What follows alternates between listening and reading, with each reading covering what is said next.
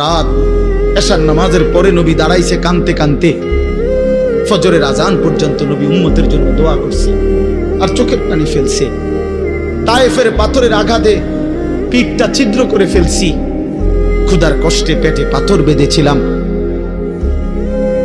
উহুদের দান শহীদ করা রক্ত নিয়ে উহুদের ময়দানে পড়েছিলাম বেহুশ হয়ে। ঘরের চুলায় 3 মাস আগুন জ্বলে নাই।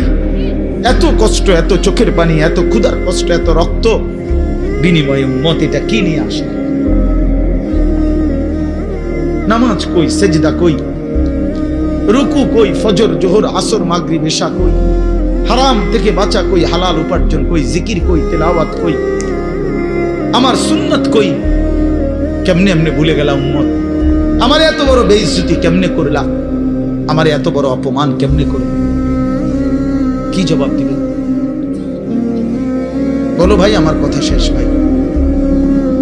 কি জবাব হইতে পারে তখন? আল্লাহ তাআলা বলবেন,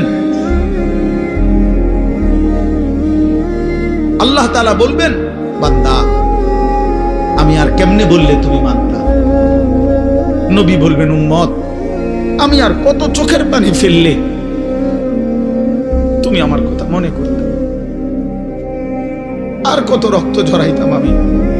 23টা বছর আমি শুধুই কাঁদছি, শুধুই কাঁদছি, সারা রাত কেঁদেছি। ভাই আমার, দোস্ত আমার, বন্ধু আমার, নওজোয়ান ছেলেরা আমার, নষ্ট হইও না, নষ্ট হইও না। প্রিয় বন্ধু, আজীবন রক্ত ঝরবে আর আরাকানে রক্ত ঝরবে, আর তুমি আর আমি নিরাপদ থাকবো, এটা ছিল, এটা যারা ভাবছিলা। কি ভাবছ জিন্দেগি শুধু মোবাইল টিপতে টিপতে শেষ হইব? তুমি কোনোদিন মুসিবতে পড়বা না? না, হ্যাঁ, এইভাবেই মনে করছো জিন্দেগি, এই রং তামাশার জীবনটাই শেষ। বাপ কিছু বলে না, মা কিছু বলে না, স্ত্রী কি, স্বামী, সন্তান সব আলাদা আলাদা, সবাই সবার মন মতো চলতেছো। ভাইয়া, এরই নাম জীবন? বেঈমান বুঝাই দিছে, এই জমিনে রক্ত ঝরাইয়া বুঝাইছে। অনেক মানুষ তো বলে সবসময়, আমরা হুজুররা কেন চিল্লাই, আমরা কে এত কিছু চিল্লাই? আরে বন্ধু, আমরা তো এই কথাই বুঝাইতে চাই, সুযোগ পাইলে হুজুর পাবলিক, জনগণ কাউরে ছাড়বে না।